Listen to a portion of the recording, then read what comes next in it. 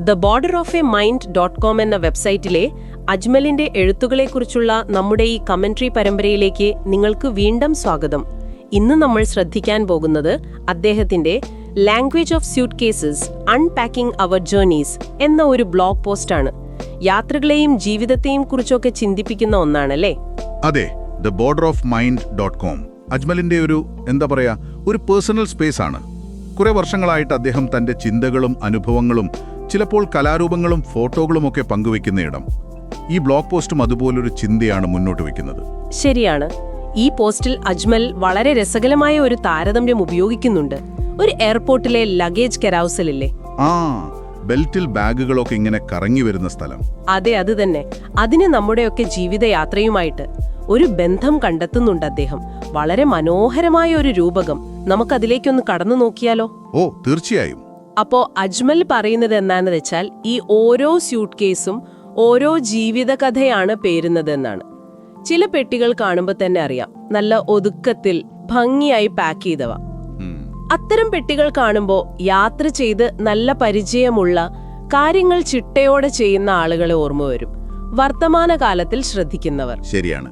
എന്നാൽ മറ്റു ചിലതോ അത് ചിലപ്പോ നിറഞ്ഞ് കവിഞ്ഞിട്ടുണ്ടാവും, ഭാരം കൂടുതലായിരിക്കും. അതായത് പഴയതിനെയൊക്കെ മുറുകെ പിടിക്കുന്ന പുതിയൊരു സ്ഥലത്തേക്കോ അനുഭവത്തിലേക്കോ പോകാനൊരു മടിയുള്ള ആളുകളെ പോലെയാണോ? അതെ, ഒരു പരിധിവരെ അജ്മൽ അതാണ് സൂചിപ്പിക്കുന്നത്.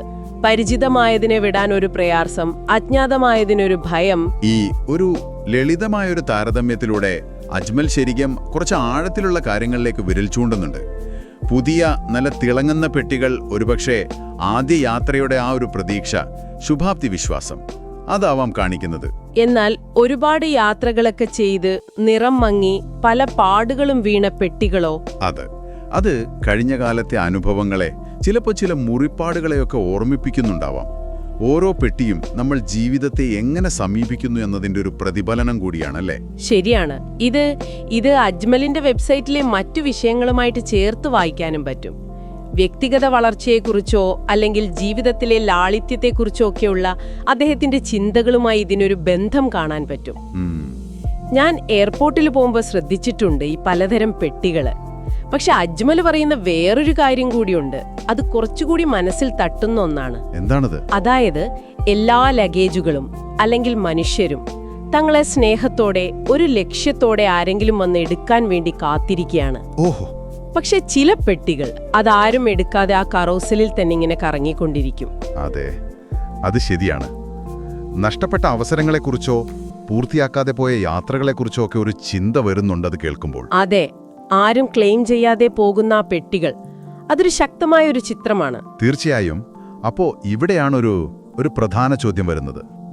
ജീവിതം എന്ന ഈ കറൗസൽ അതൊരിക്കലും നിൽക്കുന്നില്ലല്ലോ, അത് കറങ്ങിക്കൊണ്ടേയിരിക്കും. അപ്പോൾ നമ്മൾ എന്ത് തിരഞ്ഞെടുക്കണം? നമ്മുടെ ആ സ്യൂട്ട് കേസിലെ ഭാരം കുറച്ച് പുതിയ സാധ്യതകളെ, അജ്ഞാതമായതിനെ സ്വീകരിക്കണോ? അതോ ഭൂതകാലത്തിന്റെ ഭാരങ്ങളൊക്കെ പേരി ഈ കറക്കത്തിൽ ഇങ്ങനെ തുടരണോ? അതൊരു വലിയ ചോദ്യമാണ്. ഉത്തരം നമ്മൾ തന്നെ കണ്ടെത്തണം. അതെ, അത് നമ്മുടെ മാത്രം തീരുമാനമാണ്. എന്നാൽ ഈ ഭാരം എന്ന് പറയുന്നത് എപ്പോഴും മോശം കാര്യം മാത്രമാണോ? ചിലപ്പോൾ ആ പഴയ അനുഭവങ്ങളുടെ ഭാരം നമുക്കൊരു മുതൽക്കൂട്ടാവില്ലേ? ശരിയാണ്. ആ ഒരു വശം അജ്മൽ ഈ പോസ്റ്റിൽ ഒരുപാട് വിശദീകരിക്കുന്നില്ല. പക്ഷേ ഈ രൂപകം അത്തരം ചിന്തകൾക്കും ഇടം നൽകുന്നുണ്ട്.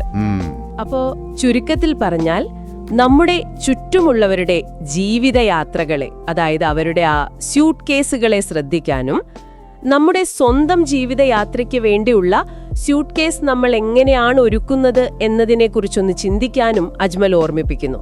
നമ്മുടെ യാത്രയിൽ എന്തൊക്കെ കൊണ്ടുപോകണം, എന്തൊക്കെ ഉപേക്ഷിക്കണം, അതിനെക്കുറിച്ചൊരു ഓർമ്മപ്പെടുത്തൽ.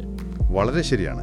നമ്മളിപ്പോൾ സംസാരിച്ച കാര്യങ്ങളെല്ലാം theborderofamind.com എന്ന ബ്ലോഗിലെ അജ്മലിന്റെ language of suitcases unpacking our journeys എന്ന ലേഖനത്തെ അടിസ്ഥാനമാക്കിയുള്ളതാണ്.